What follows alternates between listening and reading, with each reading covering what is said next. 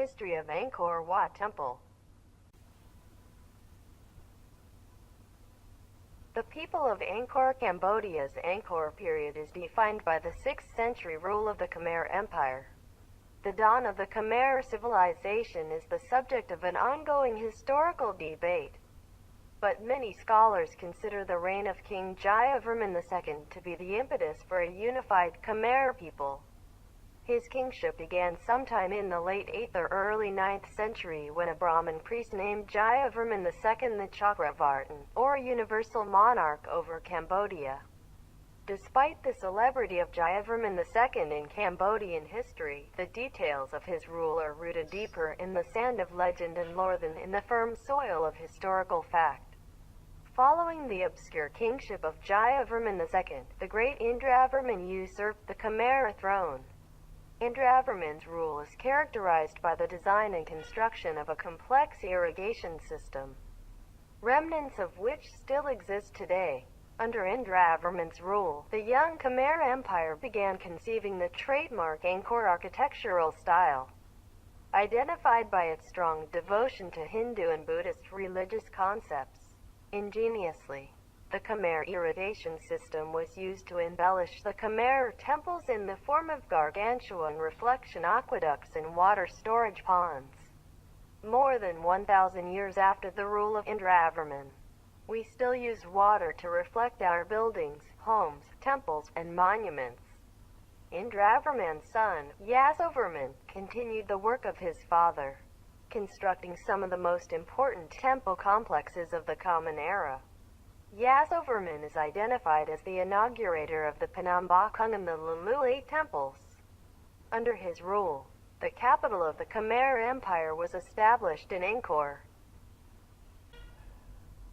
Building the Angkor Wat Temple complex from the rule of Yasovarman to the 12th century design and construction of the Angkor Wat Temple complex, the Khmer people blossomed into the most significant religious, military, and social civilization in Southeast Asia. Their authority blanketed all of modern-day Cambodia, reaching into Vietnam, China, and across the Bay of Bengal.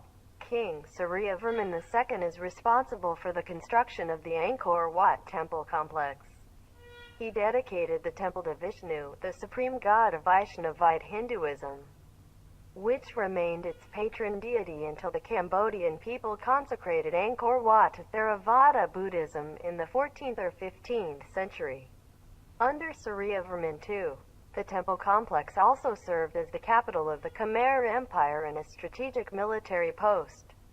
Curiously, the original name of the temple remains unknown.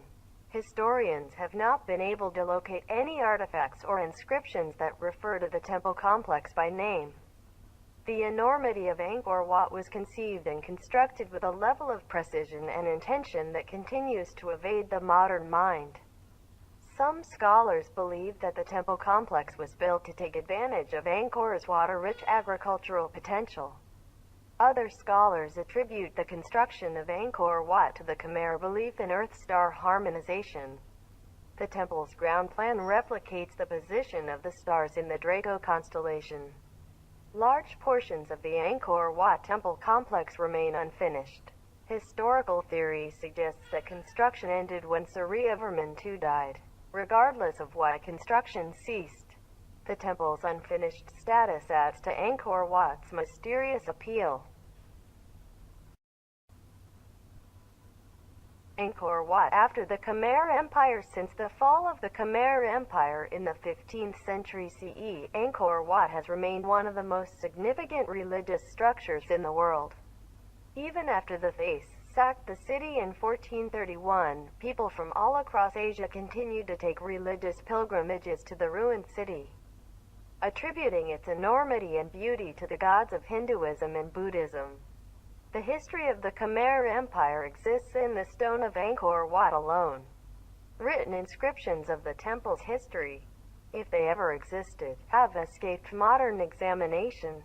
After the Thai takeover, Buddhist monks continued to preserve and uphold the sacred status of Angkor Wat, but they overturned the original dedication of the temple to Hindu deity Vishnu. In Vishnu's stead, the gods and concepts of Buddhism became the ruling principles of Angkor Wat. In 1860, the French led an expedition into the heart of Cambodia, attempting, inspired by the European hunger for exploration and discovery. Since the mid-1800s, Europe and the West have been spellbound by the ancient city of Angkor Wat. The French pioneered an Angkor Wat restoration project in 1908 that continues to this day.